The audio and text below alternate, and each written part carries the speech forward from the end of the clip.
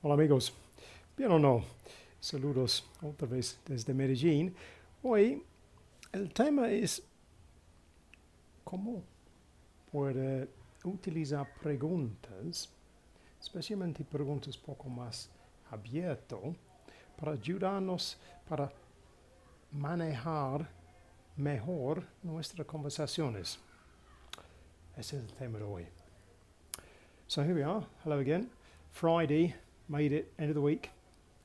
Um, Today we're going to look again at some questions that we might uh, use to help us steer our conversations. Because sometimes, if we ask a question in one particular way, we can end up with a very short answer from the other person, which might not be quite what we wanted. Then we have to ask a secondary question, which wastes us a bit of time, and maybe if it's a pressured situation, doesn't really help because the other person gets irritated. So this is a way to look at if we change the way we ask a question, we can get more information with less effort. And this is also to show us ways sometimes when we need, particularly if we're making a phone call to, like say, another company, and we need to get information from a particular part of that company, is to make sure we don't waste time talking to too many people who can't really help us. I'm going to show you where we can do that. But let's illustrate this with some examples, and hopefully this will become clearer as we go on. Yeah.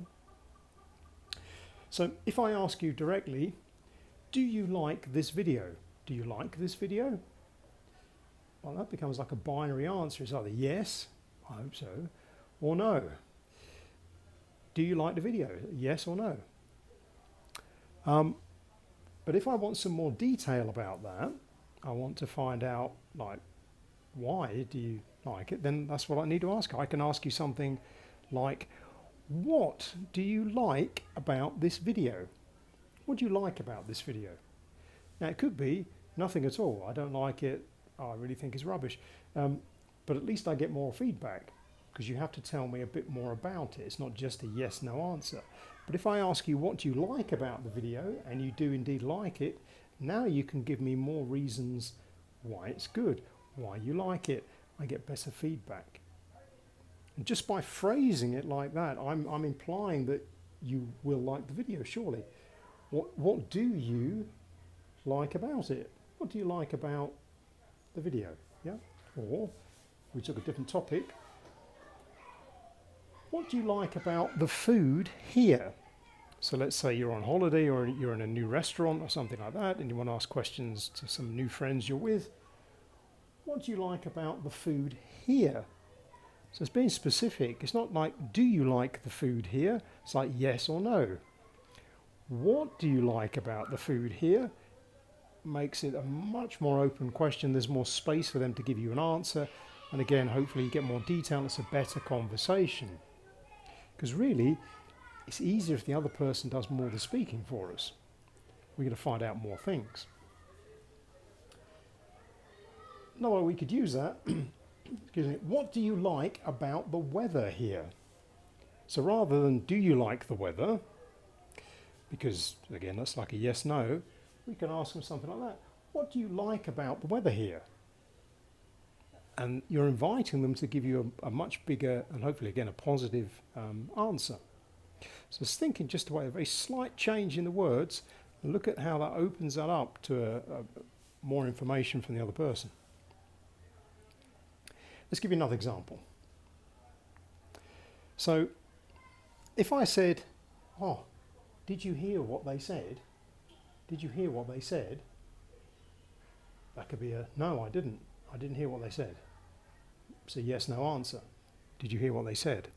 No. But if I go with this question, why do you think they said that? Why do you think they said that? So again, I'm asking my friend their opinion about what the other person said. If they really didn't hear them, they can go, oh, I don't know, I didn't hear them.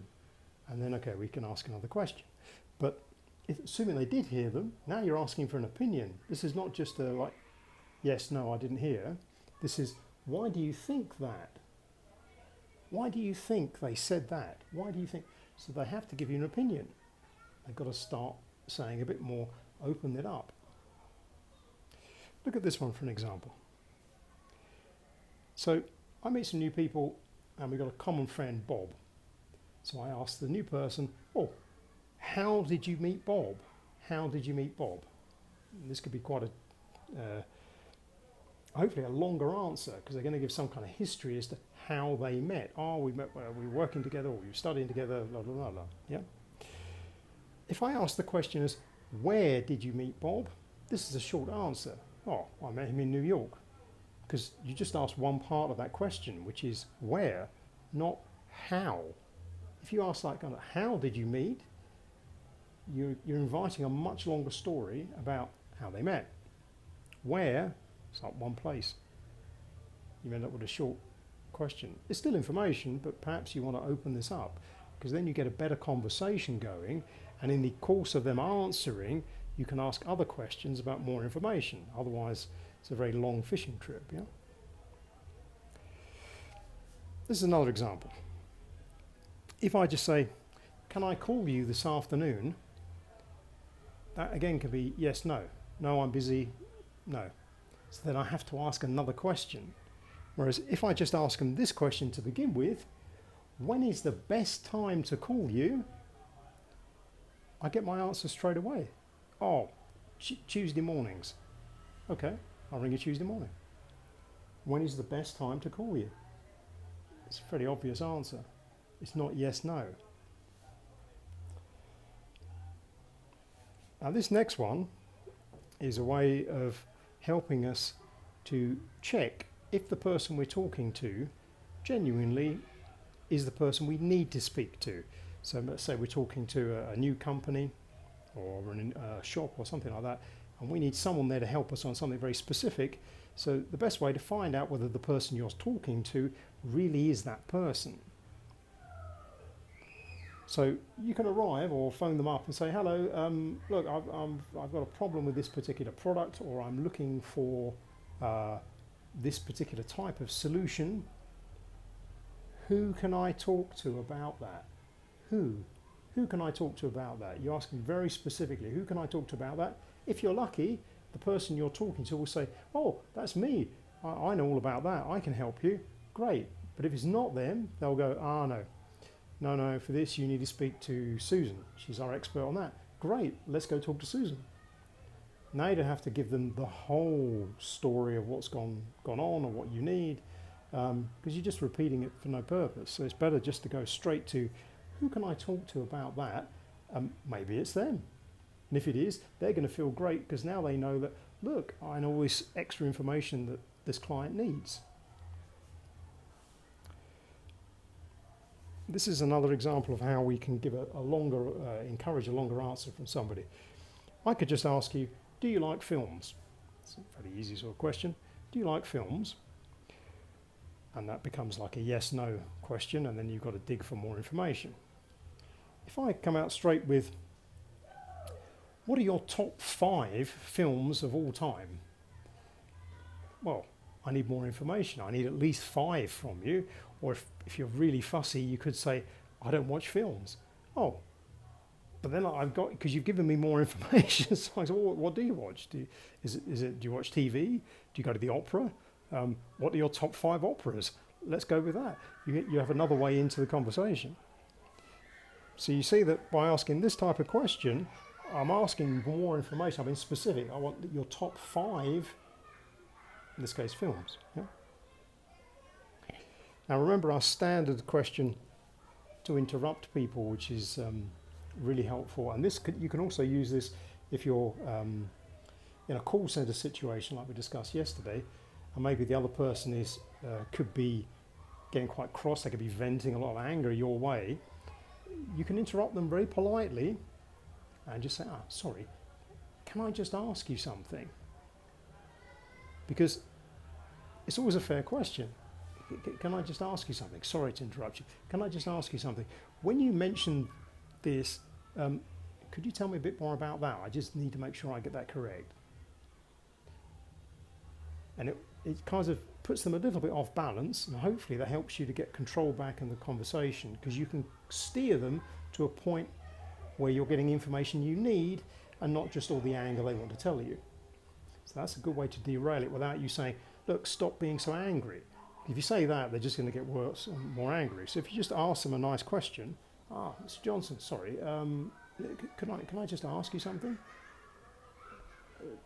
It stops them straight away, and they have to answer really that kind of specific question. Now you've got back control of the conversation, and you can steer that where you want to go.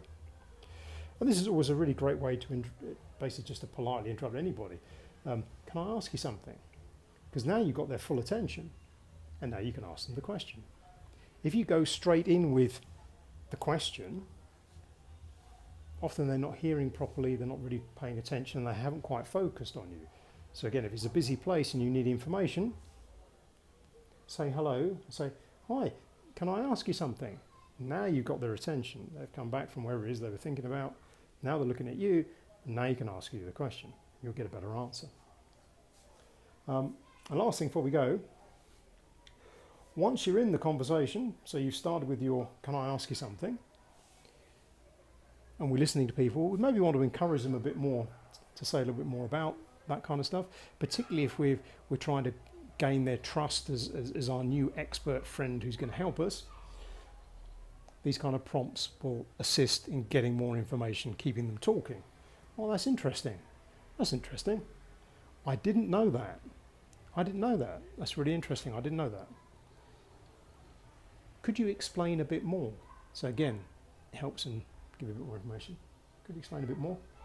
And I want to always remember, thanks very much. You've been really helpful. Everyone likes to hear that.